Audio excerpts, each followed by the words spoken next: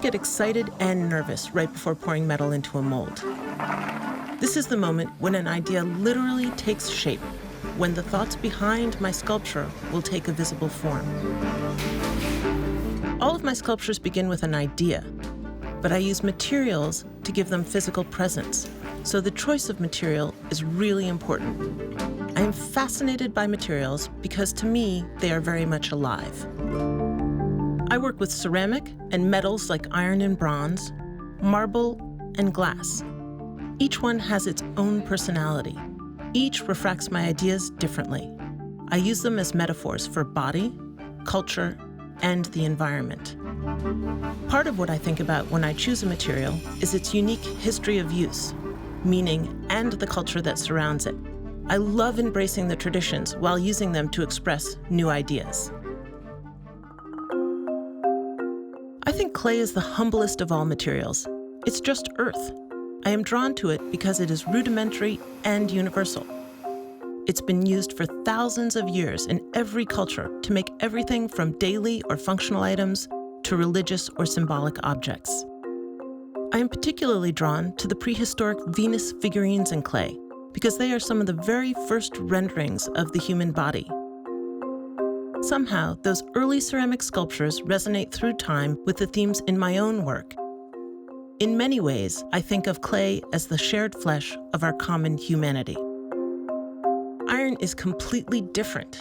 It's human, natural, and industrial all at the same time. It's in our blood and the core of our planet. We even say that it runs in veins through the earth. I like to think of it like blood to the flesh of our planet. I intentionally rust the surface of my sculptures. Rusting iron as a material in perpetual transformation. This allows me to sculpt in 4 dimensions because time is an integral part of the sculpture.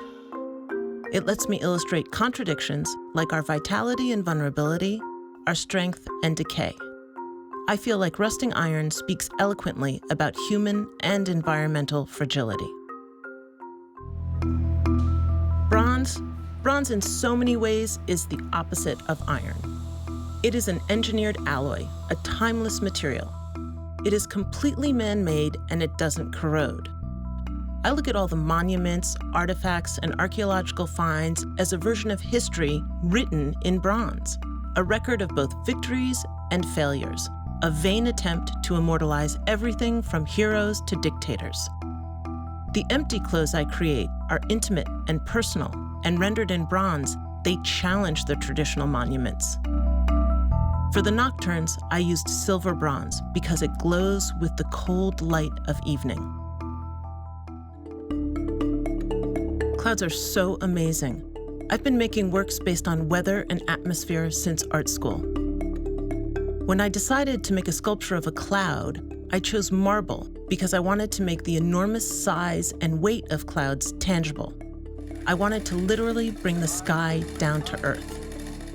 When my first cumulus sculpture was installed in Venice, I was thrilled because everyone touched it.